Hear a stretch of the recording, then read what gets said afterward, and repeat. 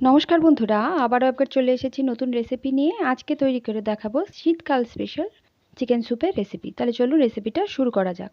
প্রথমে এখানে নিয়ে নিয়েছি 200 গ্রাম মতন চিকেন, তার সাথে আদা কুচি আছে, রসুন নিয়েছি আর নিয়েছি গোলমরিচ, তার সাথে নুন আছে স্বাদ মতন। 1 লিটার জল গরম করতে বসিয়েছি, একটু ফুট ধরলেই এতে দিয়ে দিচ্ছি সব উপকরণগুলো। চিকেনটা আমি বোনলেস নিয়েছি, একটু একটু বোন থাকলে অসুবিধে নেই, আমাদের এমনিতেও ছাড়িয়েই নিতে হবে। ঢাকনা দিয়ে আঁচটাকে কমিয়ে এটাকে প্রায় আধ ঘন্টা হতে দেব। আধ ঘন্টা পর এটা একদম রেডি হয়ে গেছে। ওপর থেকে একটুখানি ফেনাগুলো সরিয়ে নিচ্ছি।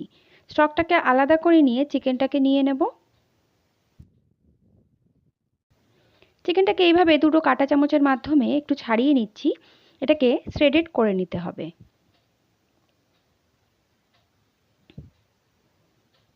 এইভাবে আস্তে আস্তে একটু ছাড়িয়ে নিলেই পুরোটা আলাদা হয়ে যাবে। দেখুন,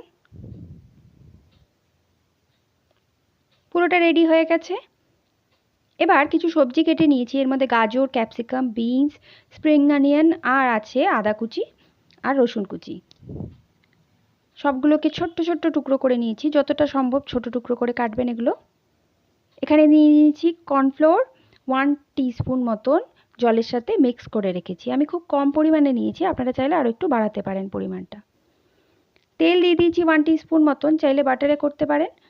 প্রথমে স্প্রিং অনিয়ন আর আদা কুচি, রসুন কুচি দেওয়ার পর একটু নেড়ে নিয়ে এতে আমি দিয়ে দেবো শ্রেডেড চিকেন যেটা করে রেখেছি সেটা। চিকেনটা দিয়ে দিচ্ছি। 1 মিনিট মতন একটু হাই ফ্লেমে এটাকে নেড়ে নেব।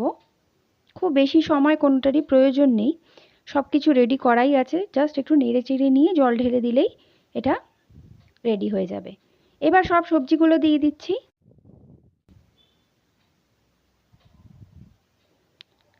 এক মিনিট মতন হাই ফ্লেমে এটাকেও নেড়ে নিচ্ছি। একদম শেষে দিলাম ক্যাপসিকামটা। এবার এটাকে নেড়ে নিয়ে এতে দিয়ে দেব স্টকটা। স্টক দেওয়ার পর আমি এটাকে ঢাকনা দিয়ে ঢেকে রান্না করব প্রায় 5 মিনিট মতন। তার বেশি রান্না করার প্রয়োজন নেই, 5 মিনিটে এটা রেডি হয়ে যাবে। আঁচটাকে মিডিয়াম করে দেবেন। মিডিয়াম আঁচে এটা প্রায় 5 মিনিট মতন রান্না করতে সময় লেগেছে। এবার আমি কর্নফ্লোরটা দিয়ে দিলাম।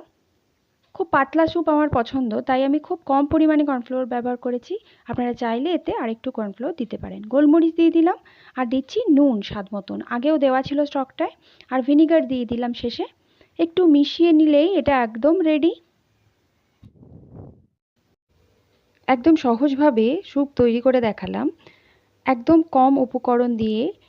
এখানে সবজিগুলো যেগুলো ব্যবহার করেছি সেগুলো সবকটা না থাকলেও একটু এদিক ওদিক করেও এই স্যুপটা রেডি করে নেওয়া যাবে।